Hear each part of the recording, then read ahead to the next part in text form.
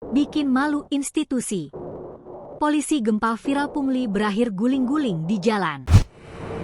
Polrestabes Medan memberikan sanksi kepada Aibtu Rudi Hartono, personel Satlantas Polrestabes Medan yang viral melakukan pungutan liar, pungli, ke pengendara sepeda motor di Jalan Palang Merah, depan Bank Permata, Kecamatan Medan Kota. Dalam video yang diterima Tribun Medan, Aibtu Rudi dihukum guling-guling ke aspal di bawah terik matahari.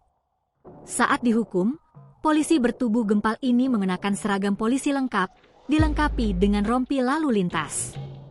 Setelah disuruh guling-guling ke aspal, ia dijebloskan ke tahanan khusus polisi atau penempatan khusus, Patsus. Kabid Humas Polda Sumut Kombes Ferry Walintukan mengatakan Seksi Propam Polrestabes sudah memproses Aibtu Rudi Hartono. Sudah dilakukan penindakan dengan memproses sesuai ketentuan yang berlaku, dan saat ini yang bersangkutan sudah ditangani oleh Propam Polrestabes Medan, serta sudah dipatsus, kata Kombes Ferry Walintukan, Kamis, 26 Juni 2025. Kabid Humas Polda Sumut Kombes Ferry Walintukan membeberkan awal mula Aibtu Rudi Hartono melakukan pungutan liar terhadap seorang perempuan, pengendara sepeda motor Honda Beat BK 4388 Naika.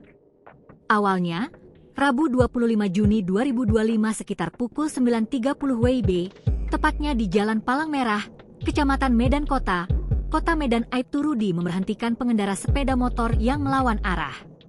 Ketika diberhentikan, pengendara mengaku sedang terburu-buru mau ke pajak ikan, pasar, tak jauh dari lokasi. Karena akan ditilang, perempuan menelepon seseorang supaya tidak jadi ditilang. Selanjutnya, Aibtu Rudi meminta uang sebesar Rp100.000 ke pemotor sebagai pengganti tilang. Kombes Ferry menyatakan apa yang dilakukan Aibtu Rudi merupakan penyalahgunaan wewenang sebagai penegak hukum. Berdasarkan pengakuan Polantas tersebut, uang sebesar Rp100.000 dipakai untuk membeli sarapan. Download Tribun X sekarang, menghadirkan lokal menjadi Indonesia.